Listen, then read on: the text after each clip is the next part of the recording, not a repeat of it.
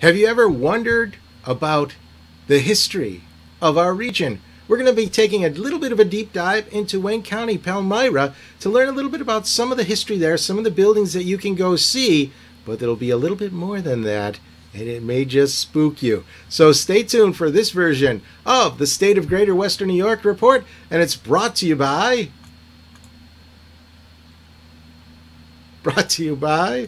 We'll get it. It's brought to you by... Each week, our community makes history. Each week, you make history. And each week, there's only one source to turn to for the first take on history.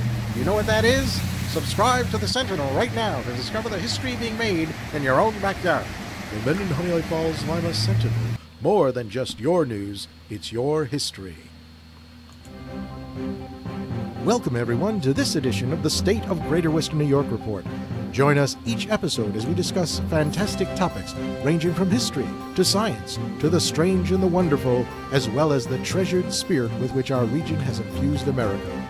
We challenge you to consider all things Greater Western New York, from our region's very beginnings to how it inspires, how it empowers, and why it is so admired. Here's the host of the State of Greater Western New York Report, Chris Carosa. Hi there, and welcome again to this week's version of the State of Greater Western New York Report. I'm Chris Carosa, your host, and we've got some tremendous guests tonight. It's going to be very exciting. With us, we have Bonnie Hayes and Tracy Murphy from Historic Palmyra, and they're going to tell us some interesting things that you could go see, and if you're not being too careful, they might just see you. So let's start with Bonnie. Bonnie, how are you doing today? Hi, Chris. I'm doing wonderful, thank you, in this kind of dreary, drippy day.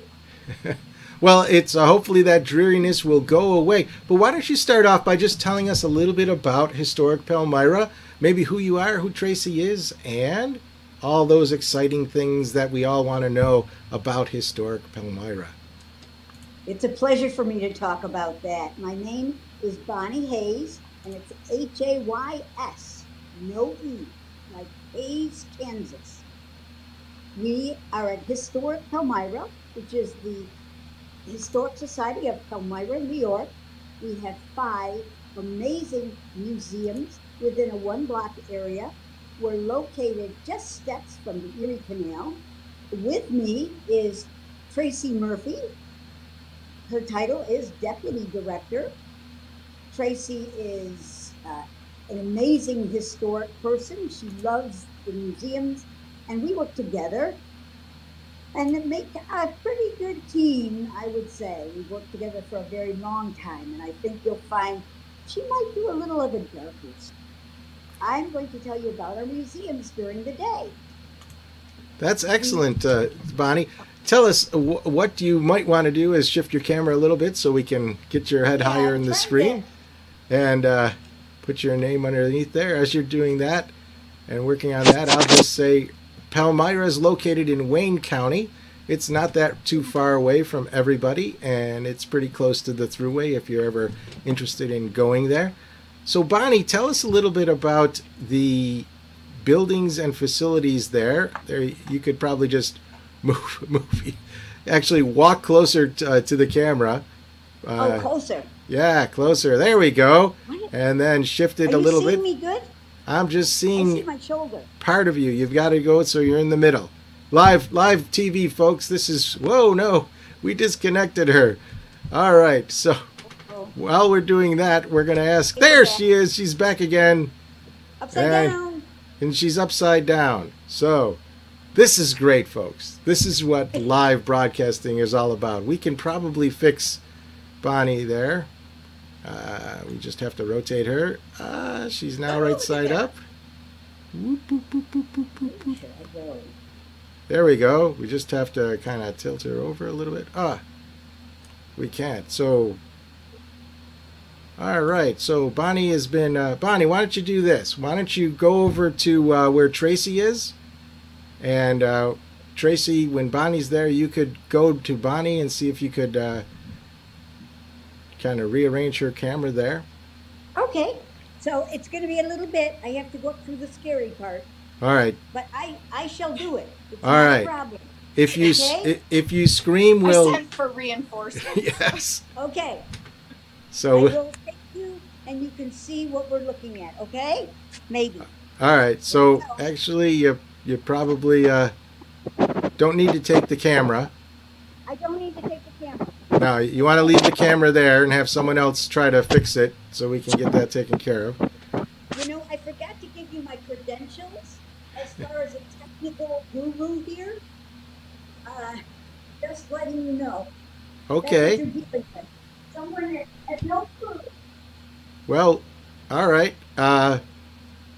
Well, so Tracy, how are we doing today? How are you doing today? I'm on the second floor, so I think I hear Bonnie coming up. Oh, great. All right. Well, we'll cut to Bonnie as soon as she's there on the second floor, and she can tell us a little bit about the history. And there she is. There's Bonnie. She is. Here I am. All right, Bonnie, come on in Hi. and let's see if we can do this here. Tracy, if you want to see how Bonnie's camera is doing on her end. I don't know what And all right, Oh, so yeah. so we got the same problem with Bonnie's head being low on the screen. So if we can tilt that camera down a little bit, and okay, I did it again. that's good. Just leave it. Oh. Okay, I'm not. All right, perfect. That's perfect. Yay. Now you're there. Well, folks, I hope you're enjoying this fabulous ride here. Bonnie's going to tell us a little bit more about historic Palmyra and what's going on there and some of the places that you can see. Take it away, Bonnie. Thank you. We are in the Historical Museum, which is 130th Street. It's 23 rooms of history from 1781 up until today, actually. We have themes of all kinds. I'm sitting in the doll room, not my favorite place to be. I have a young lady back here. Her name is Grace. And she follows me with her eyes, but it's okay. I'm going to deal with it. So this is our big museum. We next have the Erie Canal Depot. That was our last museum. That museum has a big bench. Yeah, it's beautiful. It was our tenant house. They used to keep mules in the basement. And that's where people would get tickets to ride on the Erie Canal. There's a barge whistle. We pride ourselves on original items and things that are basically to Palmyra. So if you see it, someone here owned it or it was in our buildings. We next have I don't know if you have the Palmyra. Oh, this is our first museum. This is called the Ayling Coverlet Museum. And it's called Ayling because our first donations were from Mrs. Merle Ayling. I know that some of you have heard that name from Ayling Corey Paper Company. Well, this Palmyra Ayling Coverlet Museum was the Palmyra Courier Journal print shop. And the Ayling Corey Paper Company was very involved in making paper for newspapers. And so that's what they did in that building. And when the ladies got to look at the building because it was being given to them, they tell me that they cried because the floor was black it looked like copy toner. And I know that we know what that stuff is like. And we have two floors. One is with quilts and one is with coverlets. We have the largest coverlet collection in the United States. And these coverlets are made of wool and cotton, and they go from about 1790 up to 1880. They've been used in so many things. They have been used in the Civil War. They've been used in the Revolutionary War. They have covered beds, covered wagons to hospitals. They have been used to lay the soldiers on, and we have many different spots, maybe some blood spots. We certainly have oil spots because you can't find a finer piece to empty your oil out of your car with. So people just don't know what they are, and they don't have the respect for them that we do. The next museum is our Palmyra print shop.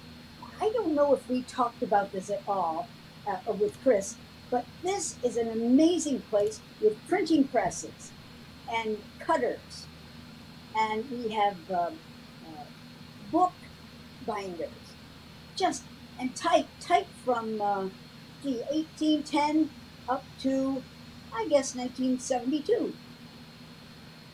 The type is handmade. We have the printing presses and cutters were made right here in Palmyra by the John M. Jones Company. These things will probably last for 1,000,000 years because they are all simple machines made of iron, and you can't do much to hurt them. The next museum, which we gathered in 1977, urban renewal came through here, and as many people know, the federal government decided that a lot of places had old things, and they were dangerous, and they weren't good. They needed new things. Strip malls. Upstate New Yorkers, don't we love strip malls? I think not. So they wanted to take Palmyra's Main Street, which is original to about 1820, 1830, and they wanted to tear it down. They wanted to tear Market Street down, which had all our museums, and William Street, which has our Coverlet Museum. Would have been dreadful. So Historic Palmyra, the local historic society in Palmyra, New York, said, no, we're not doing this. We need these buildings, and this is who we are. So the buildings were put together and cleaned up. I know that a lot of you live in areas where things have been let go, and you'll know exactly how things get run down and fall down, and they can become dangerous. But today, Palmyra, New York looks amazing. And on Market Street, which is the street between East Main Street, oh, there's Julius. Hi, Julius. Julius Phelps. He was an owner of the Phelps General Store. He was the owner after William Phelps, his father. And you are seeing what the store looked like in about 1868. And that is it in 2015. We've had to do a little bit of sprucing up, but it's a beautiful place.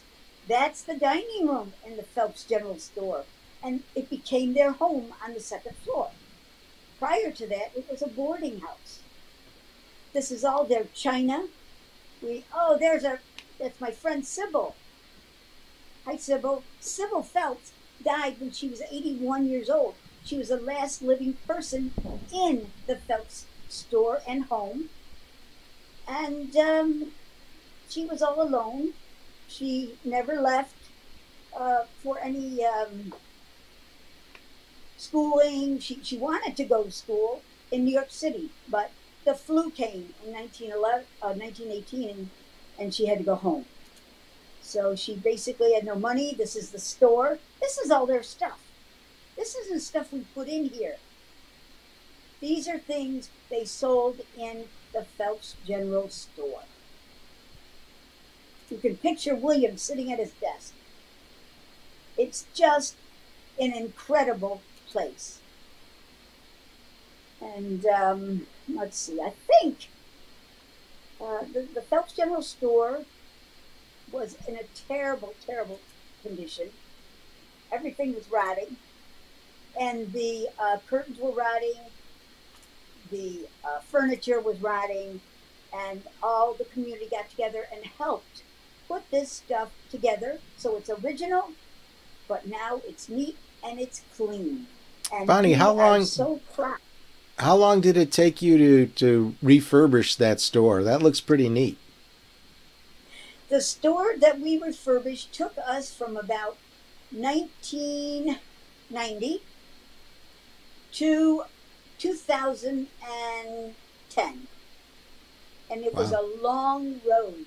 It cost about $300,000. We got a few grants, which really helped. But I want you to know that everything that was done using the original materials. And if a ceiling was bad, we pushed it up so that the real ceiling is still there. But if someone gives us $1 million, should I say that again? If someone gives us $1 million, then we can take all of that stuff down, and the original ceilings, walls, floors, everything will just be fixed up a bit, and then you'll see 1868 building. Come on down and take a step back in time. All right. Thanks, Bonnie. Well, we're going to take a break, but before we do that, I want to tell everybody you don't want to miss the next segment of the show because it's kind of spooky and it might just show evidence of supernatural beings. We'll be here right back on the State of Greater Western New York Report after this message. Through the mists of time, nature and man have both created and buried treasures beyond the imagination.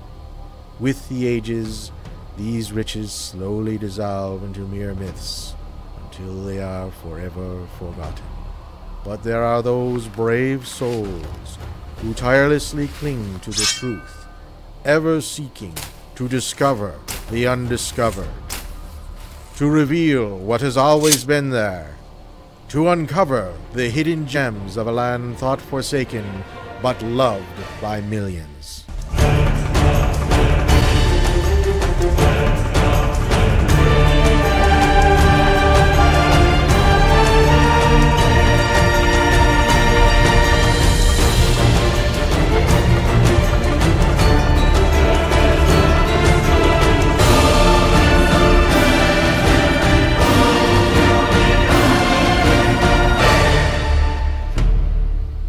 50 Hidden Gems of Greater Western New York. Discover the secrets in your own backyard. Buy your copy now at 50hiddengems.com.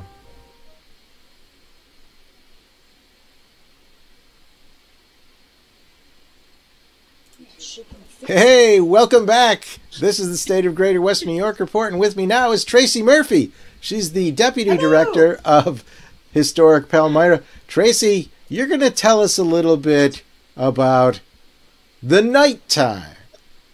Okay, Bonnie told us about the daytime, what you can see in the daytime. You can tell us about what we maybe can't see, directly at least, in the nighttime. What's that all about?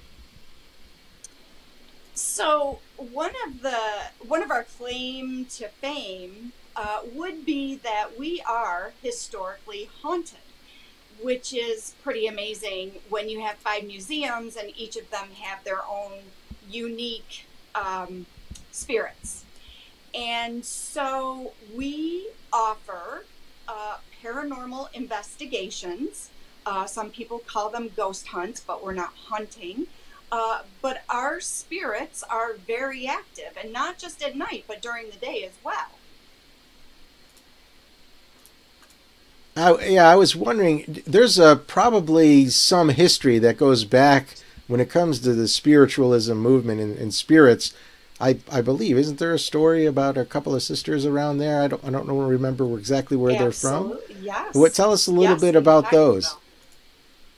So, well, one of the things that I should tell you about this building, where we are today, the Historical Museum, we have 6 children and a mom who are still spiritually here. They have made their appearance for many, many years, and fortunately it was a tragic event that happened in 1964 on this property. The building that we are in, this is not the original location for the building. We actually had it moved over here in the 70s. But in December 21st, 1964, the mother and her 6 children were home, and it was right before Christmas, and it was in the very early morning. There was a fire that started in the home, and sadly, all of the family perished in the fire. some people think that it's a little suspicious. The dad was not home. He was actually coming home from being out of town. And when he got up on the main street, he saw the fire trucks down here on Market Street and decided to go to a friend's house. So unfortunately, a lot of suspicion came on the dad. This is a photo of the mom and the 6 children. The oldest was 8, although he will tell you he's 9.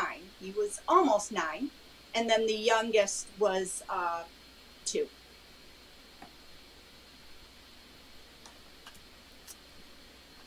So they kind of hang out there still. Absolutely, yes.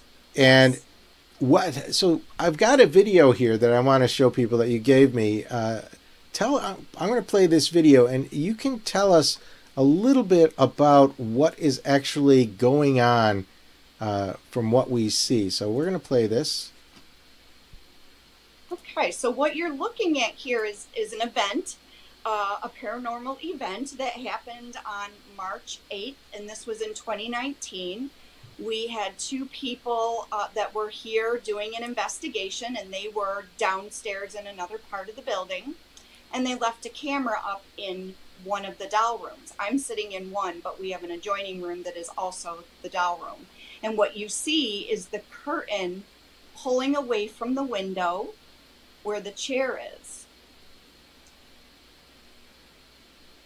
Now, what you may or may not see, because it does go into about 3 minutes into the video, there are blocks on top of the white white bookshelf to the right of the window. And the curtain is just going to continue to lift out and go down and lift out. And then eventually the blocks on top of the bookcase are going to go flying off. And what we did is we slowed it down and highlighted it so that people could see what is happening. And you can see they move and then they go flying off. And there is no one in the room. There they go. And there's no wind or anything that's causing this. No wind. There was, no wind. This particular bookshelf is actually slanted back so that things don't fall off of it. You'll see one of the investigators. He's going to come running up the hall, and his face is just priceless. He is a huge skeptic, and that's why he did this investigation. They're always trying to find the science or debunk things that happen, and this is one of those things that they could not find anything. Now, when Bonnie and I saw this, we came in the next morning and we were upstairs. We were standing behind the curtain. There he is looking. He's shocked. You actually see an orb go in front of the camera. Some of the blocks went right down the hallway. And they just could not figure it out. We kind of were thinking that maybe the kids were playing hide and go seek, and that maybe they got scared and ran out from the curtain and ran into the bookshelf. But that's just a very small part of what goes on here after hours. And I say after hours because, during the day we do like to have visitors come for the museums and visit our buildings and learn the history, which is absolutely amazing. But we do offer ghost and paranormal investigations. We try to do them like 6 p.m. to midnight or 7 p.m. to 1 a.m. And we do a lot of events that, kind of go around that whole paranormal side of. I've got a question, Tracy, from one of the members in the audience. They wanted to know if you ever did you bring a psychic or a medium in to kind of talk about what just happened with the curtain and the blocks to try to explain why what happened? Usually on a weekly basis, we have mediums and psychics that are in here.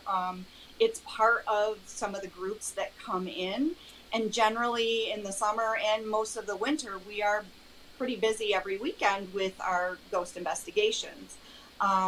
We do have some people who come in that are sensitive and they're mediums, and they will try to talk to the children to see why is this going on, or why is this happening. And the kids are very good at communicating. We're pretty old school here. We don't have like a lot of the major TV show equipment. A lot of our spirits will talk to us using flashlights or dowsing rods that we use. We have pendulums. We like to do a lot of EVP sessions where we have a voice recorder, and so we'll ask a question. But for that particular event, it was just the feeling that we got that, the kids were playing, and maybe somebody was the lookout and they got scared and ran into the bookshelf. A follow-up question someone had is are these scheduled tours, ghost tours that you have, and do you do anything, say, around Halloween? Usually in October, we try to celebrate Sybil's birthday, which we are having her 126th birthday party this year.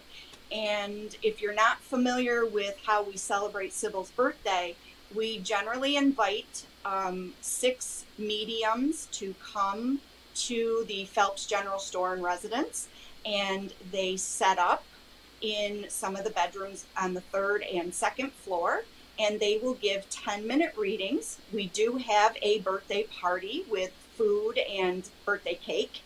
And then towards the end of the evening, around 8 or 9 p.m., we will have gallery readings with a psychic medium. Her name is Carol Solinsky. She resides in Rochester. I was going to ask, are they local or do they come from out of town? So, I mean, they're regional in the sense that they're from Western New York. So, yeah, well, some of the mediums do come from Buffalo. But yes, we do schedule ghost investigations, paranormal investigations. You just have to call us, and we look at the calendar and we set you up. All right. And what's your website that people can look you up? We are on Facebook. Okay. Historic Palmyra, and then we also have a historically haunted Palmyra page. And because our initials are HPI for Historic Palmyra Incorporated, when we participate in the world's largest ghost hunt, we become HPI, Historic Paranormal Investigators. So you can find us on Facebook. Our website for all of the museums and all the events that we have going on is www.historicpalmyrany.com, and that will direct you to all our events that are coming up. And one of the nice things about us is that we have air conditioning in the summer and we have heat in the winter, which is key. No wonder why those ghosts are still there. They're an environmentally controlled They're a little spoiled. building. So, last question that somebody just asked on the screen here is, what's the best way to get there if they're coming from Buffalo? Best way, jump on the thruway. You can get off in Manchester, and that will take you right into Palmyra. Once you get into Palmyra, you'll see four churches on the 4 corners. That would, and then you're just going to turn from there. It's very simple, very easy to get here. Excellent. So I want to thank you, Tracy, and I want to thank Bonnie. I know she's probably hanging out in the back there. If she wants to poke her head in the screen, that's fine. Thank you both for participating in this week's State of Greater Western New York report.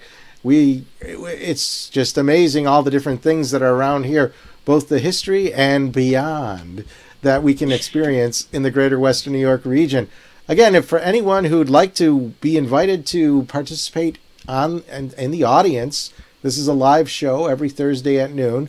Just go to our website, stateof.greaterwesternnewyork.com, and you could sign up to be a member of the live audience. You'll be invited, and if you can show up, you can show up. If not, you could come the next week. But we do a lot of variety of shows here that range from travel, leisure, history, science, business, politics. You got it. We do it. And it's a lot of fun when we do it. So once again, Tracy, Bonnie, thank you for being on today's show. And it looks like Bonnie might be coming up on the second camera, but we're done. So thanks a lot for being on the show. And I'm sure we'll be hearing you perhaps later on. Bye-bye for now. Thank you, Ken.